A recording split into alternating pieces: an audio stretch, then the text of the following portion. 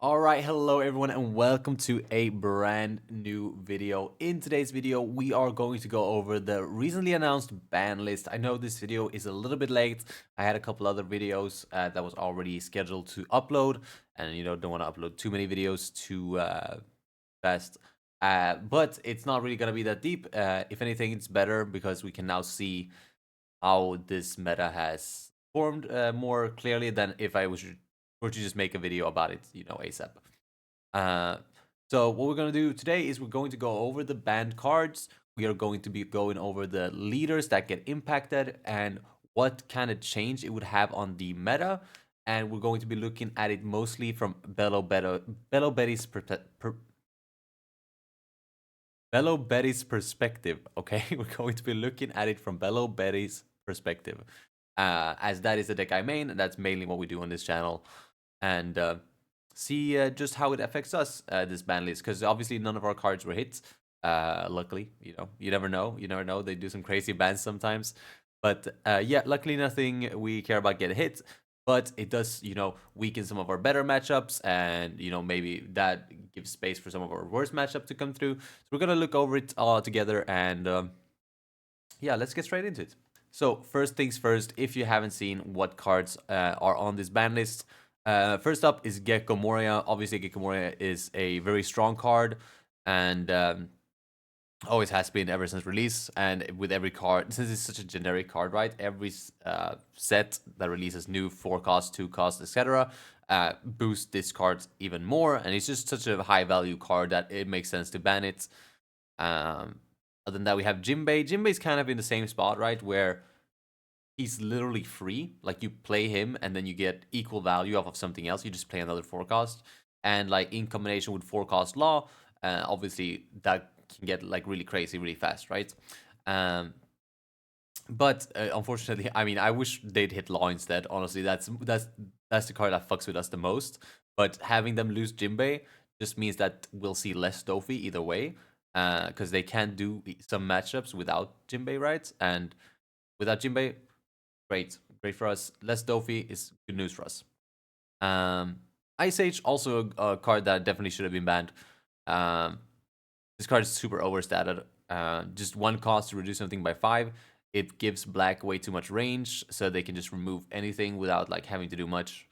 So this makes sense as well. And then Kingdom Come, this is the one that people are confused about, but I'm not complaining. It wasn't in my list. In fact, it's kind of annoying to just play against removal, right? So I don't mind this being gone. Frankly, don't care. But yeah, I don't necessarily agree with this getting hit. But to be fair, who the fuck am I? What do I know? So those are the 4 cards that were hit in this recent ban. Now let's jump into some. We're gonna do the in a tier list format, but it's not really gonna be a tier list format. Where we just discuss the meta changes that this ban will have. So this is the quick tier list thingy I got cooked up. This is basically every relevant leader in the game at the moment, going into OP-10.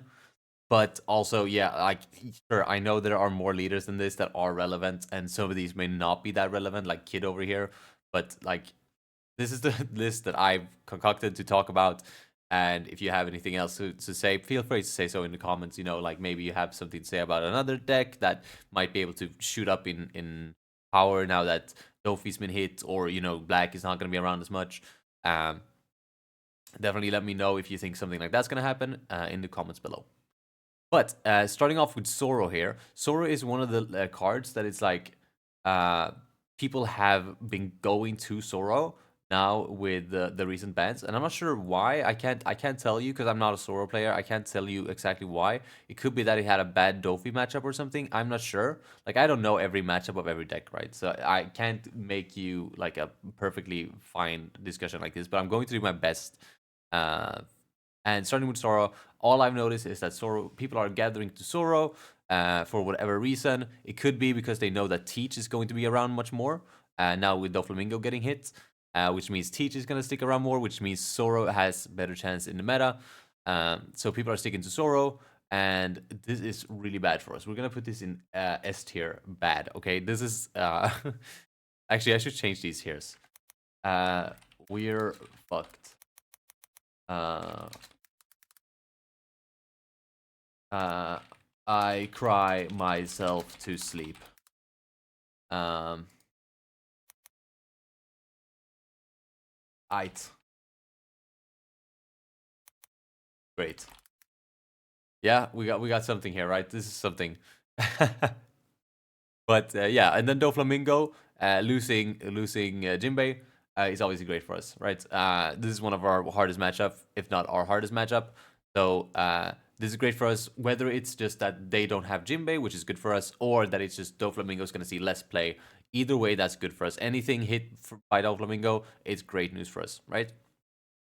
Nami, nothing really changes with Nami. I guess there's a good chance that like um, Nami sees less play with seeing more play, so that's like worse for us, right? But then I'm pretty sure they had a terrible Doflamingo matchup, so same situation there where like Dofi sees less play, Nami might see more play. We're just gonna keep this in the like it the it tier here. That's awful. Katakuri, I'm not quite sure how this impacts Katakuri either. Honestly, I don't really know Katakuri's matchups, but it's a hard matchup for us in general. So, well, I don't know. I think I'm assuming they struggle against Teach, so this probably means less Katakuri, right? Because Katakuri shouldn't be that good into Teach. So maybe this is good for us, right? This ban list for our Katakuri matchup. We probably see less Katakuri, which is good. Yeah, this tier list is starting to make no sense. I don't understand why I put things, but this is fine as long as like you understand what I'm saying. You don't have to give a fuck about this, right? Belo Betty, we're not gonna go over that yet. Purple Luffy. Again, I don't really know what Purple Luffy's bad matchups were, but I think if it struggles into Teach, which means it's gonna see less play, which is not good for us, right? If Teach becomes one of the main things in the meta, and Luffy kind of gets pushed out, like it sees less plays, that's bad for us, right? Because we want to make sure we see as many Luffys as possible in a tournament. And Enel, this is actually good news for us because they lose Raigo, which is great. And also Blackbeard is going to be more in the meta, which means Enel's not going to be around. Enel is one of the worst matchups. It's not bad by any means, but it's good for us if there's no Enel around for sure. So this is definitely good news. Bonnie didn't get hit whatsoever. I think there is a rise to Bonnie though. People are moving to Bonnie from different things for whatever reason, and that could definitely have like an. The thing is, this matchup hasn't been that hard. It really varies what they draw and what they see, and you need to know the matchup. But I'd say this is still a decently favored matchup as long as you know the matchup. So I think it goes in I tier here with Nami, where it doesn't really change much. It's just like we're gonna see more of Bonnie, and that's fine for us. Lucci got hit. Lucci got hit hard, and that is great news for us. Lucci was one of the worst matchups. It was up there with like it was Dofi was the worst, and then Lucci was the second worst, right? And Lucci being hit is just so good news for us. We don't have to worry about any 8 costs Moria shenanigans. Ice Age being gone makes it much harder for them to hit our like 6 koalas, our 5 Ivankovs, even our 4 costs. Uh, so this is great. Lucy will probably not see as much play. Still probably some play, but not nearly as much as it has been, which is great for us. Shanks, I'm gonna put this in here. I reckon because this being gonna see way more play now because it didn't get hit at all. And other good decks in the format got hit, so I can reckon a lot of people are gonna move to Shanks, which is bad because it's a fine matchup. Like this is actually maybe it's like the same as Bonnie.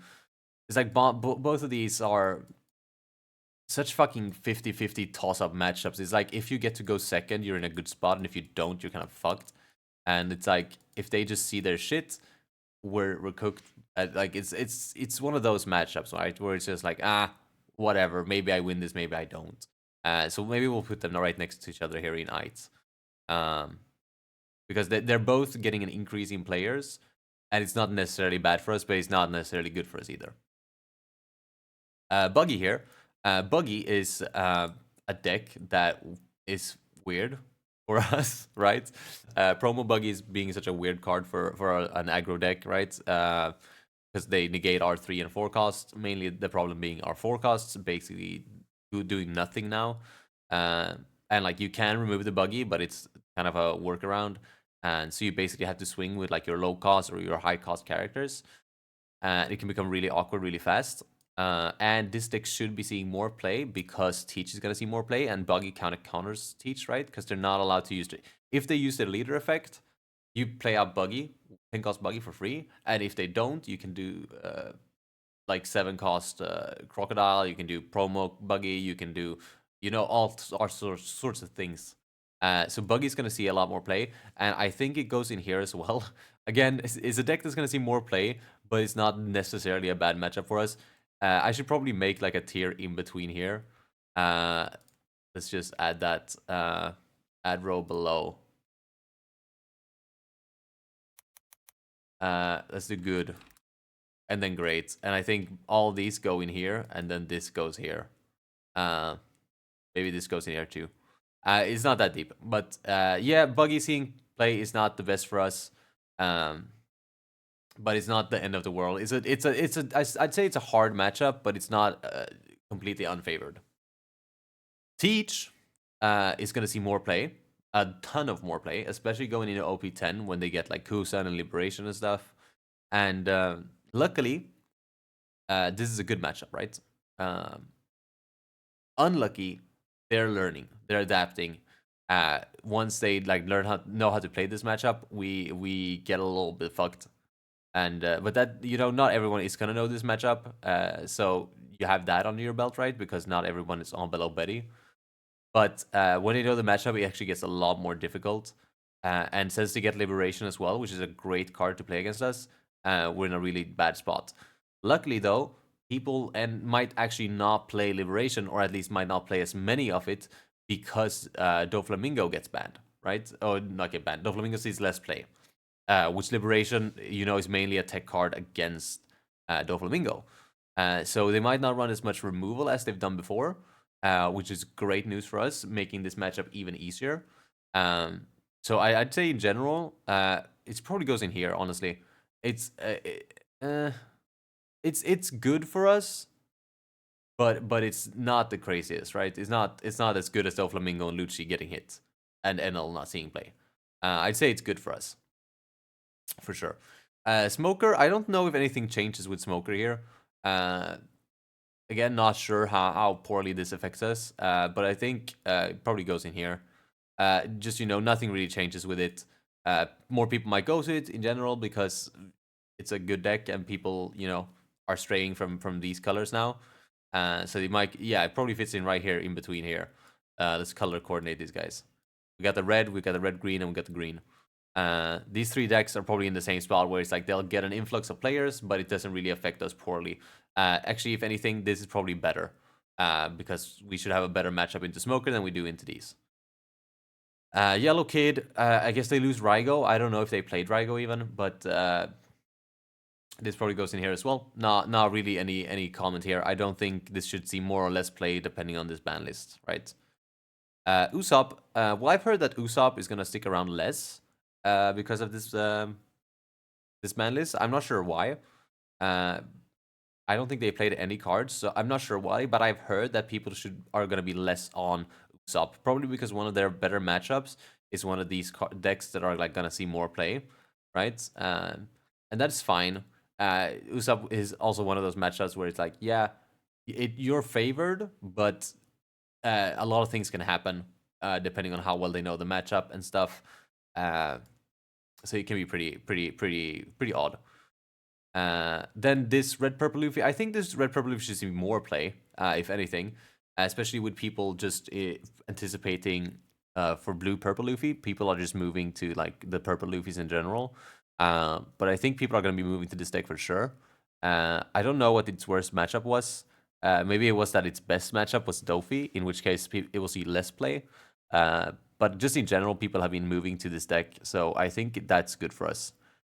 And then here, this is the worst thing off the ban.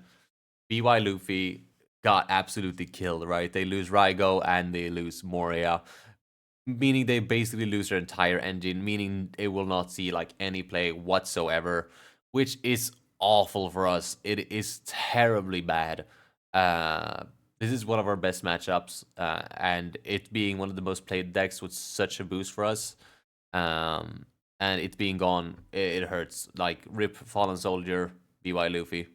Uh, it did its absolute bestest, and he had a good run, but now he's gone, and Betty's players are super sad for you. Rest in peace. I don't think we have necessarily anything more to go over. I mean, yeah, I have Betty here, but that's just because I have Betty here. She doesn't go in any tier, right? It would be odd. Yeah, great news for Betty. I guess in general, uh, I'd say this ban list favors us. Like, yes, BY Luffy being gone suck. Purple Luffy might not see as much play, which is also rough. And then Zoro seeing a influx of players is going to be really difficult. But as long as it doesn't like see as much play as Doflamingo did, I'd say we're walking away from this ban list with a W. So definitely, absolutely great success on the ban list end. Other than that, I don't think I have much more to say. I was gonna keep it short here. We ended up going for like 16 minutes, so I guess that's a decent amount of video here. Um, if you like this video, don't forget to like and subscribe. And as always, I'll see you guys in the next one. Peace.